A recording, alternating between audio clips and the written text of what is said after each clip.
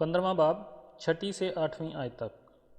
اور وہ ساتوں فرشتے جن کے پاس ساتوں آفتیں تھیں، آبدار اور چمکدار جواہر سے آراستہ اور سینوں پر سنہری سینہ بند باندھے ہوئے مقدس سے نکلے، اور ان چاروں جانداروں میں سے ایک نے 7 سونے کے پیالے عبدالعباد زندہ رہنے والے خدا کے قہر سے بھرے ہوئے ان ساتوں فرشتوں کو دیے، اور خدا کے جلال اور اس کی قدرت کے سبب سے مقدس دھوئیں سے بھر گیا، اور جب تک ان ساتوں فرشتوں کی ساتوں آفتیں ختم نہ ہو چکیں کوئی اس مقدس میں داخل نہ ہو سکا۔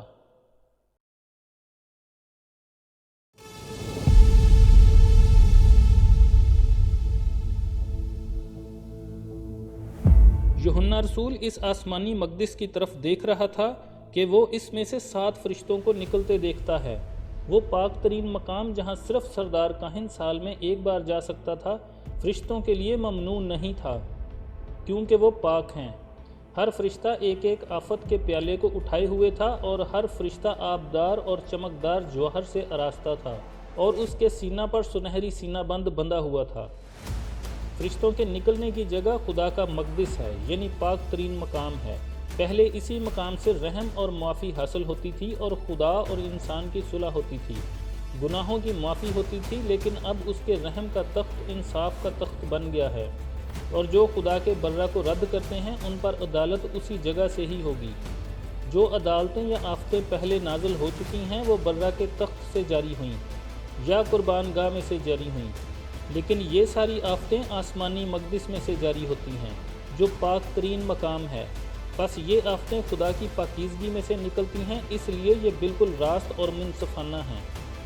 یہ آفتیں کسی طریقے سے بھی دشمنی یا غلط رویے کے ماتحت نہیں انڈیلی جا رہی، بلکہ انصاف کے تقاضوں کو پورا کرتی ہیں۔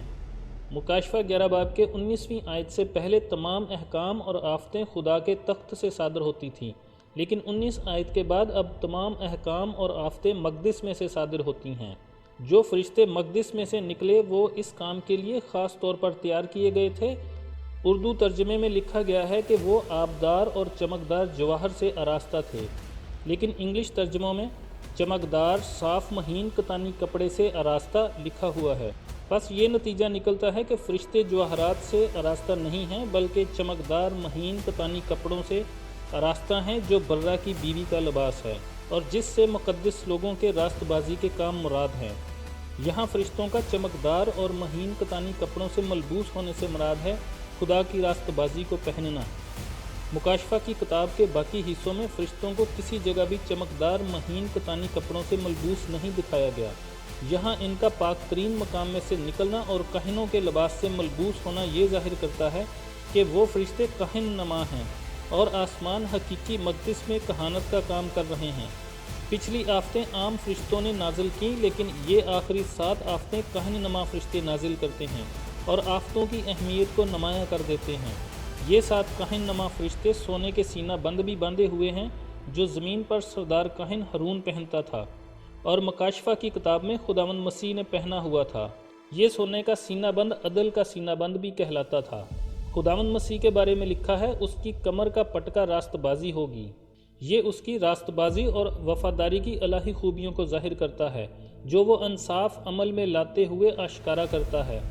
بس فرشتوں کو بھی عدالتیں نازل کرتے وقت یہی خوبیاں آشکارا کرنی چاہیے۔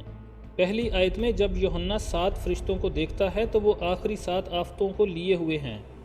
پھر 6 آیت میں لکھا ہے، وہ 7 فرشتے جن کے پاس 7 آفتیں تھیں۔ بس فرشتوں کے پاس مقدس میں سے نکلتے وقت 7 آفتیں تھیں، اگرچہ یہ معلوم نہیں کہ وہ کیسی تھیں اور کہاں رکھی تھیں، لیکن اس آیت میں انہیں سونے کے پیالے دیے گئے جو خدا کے قہر سے بھرے ہوئے تھے۔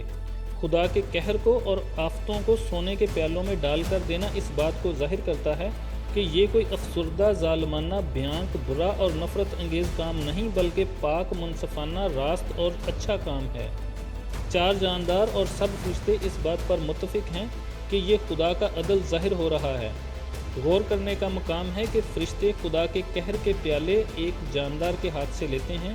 خدا کے احکام پہلے 4 جانداروں کے پاس پہنچتے ہیں اور وہ ان فرشتوں کو پہنچاتے ہیں جو اس کام کے لیے مخصوص کیے گئے ہوں۔ 4 جانداروں کا ذکر مکاشفہ کی کتاب میں 7 دفعہ آیا ہے، جس سے یہ واضح ہوتا ہے کہ یہ 4 جاندار خدا کے تخت سے منسلک ہیں۔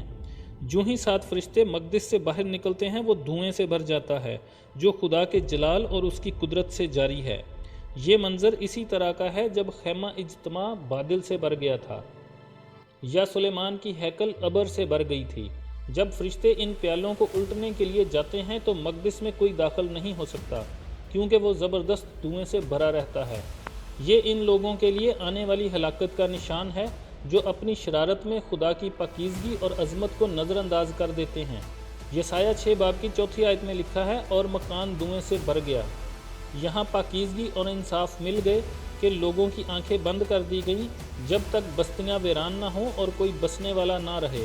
بس اس آیت میں ہم ایسا انصاف کرنے والا خدا دیکھتے ہیں جس تک کسی کی رسائی نہیں۔ جب تک عدالت مکمل نہیں ہو گئی کوئی فرشتہ مقدس میں داخل نہ ہو سکا۔ اسی اثناء میں کوئی سفارشی دعا قبول نہیں ہوگی اور نہ خدا کرنے کی اجازت دے گا۔ جب تک پاک ترین مقام کی راہ کھلی ہے خدا سے رحم اور معافی کی توقع ہے، لیکن خدا کا قہر اتنا بڑکا ہوا ہے کہ کوئی اندر داخل ہی نہیں ہو سکتا۔